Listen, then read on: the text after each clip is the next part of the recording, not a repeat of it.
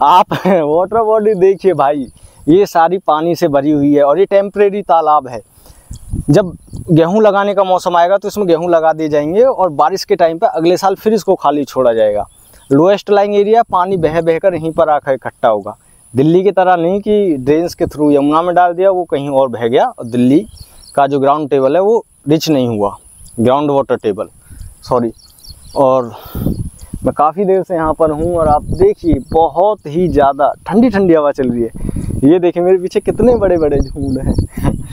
Nature बहुत ही ज़्यादा ज़रूरी है इंसानों के सर्वाइव करने के लिए। हमें नेचर में रहना, नेचर को साथ नहीं रखना। जितना ज़्यादा रिच नेचर होगा उतनी ज़्यादा हमारी लाइफ एक्सपेक्टेंसी बड़ी रहेगी, बीमारियाँ कम रहेंगी। और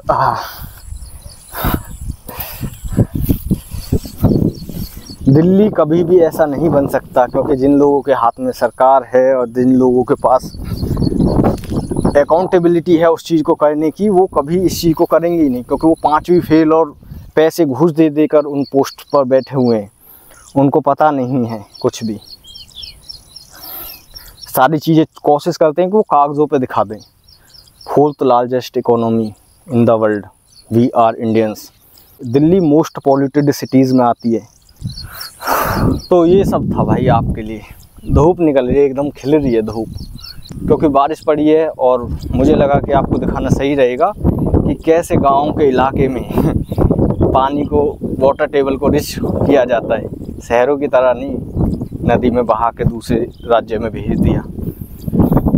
तो एवरीथिंग इज़ फाइन हेयर। हो, मैं आपको अभी एक चीज़ दिखाता हूँ, कई बार दिखा चुका हूँ।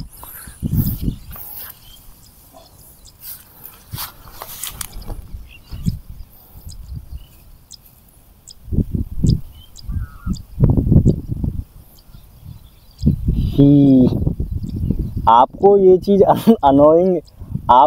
चीज़ अनोइंग लग सकती है, पर ये इकोसिस्टम का पार्ट है। हम इन्हें छेड़ नहीं सकते, ना इन पर पैर रखना है हमको। ये कुछ ना कुछ कंट्रीब्यूट कर रहे हैं फूड चेन में। इनको मेंढक खा रहे होंगे, मेंढक को सांप खाएगा। और ये सिर्फ बारिश के टाइम में ही देखने के लिए मिलते हैं और ये झुंड में ही रहते हैं। इनको बोलते हैं गिजहाई। आपको अनोइंग लग सकता है, लेकिन मैं तो भाई बचपन से देखता रहा हूँ, तो कोई अनोइंगनेस नहीं है इसमें।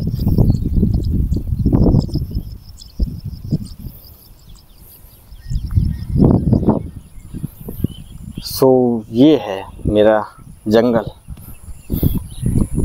लोग खेती करते हैं और नेचर को भी रिवाइव करते हैं। सोचिए, इतने बड़े खेत को अगर एक इंडस्ट्री या फैक्ट्री बना दे जाए तो ये रिवाइव रहेगी।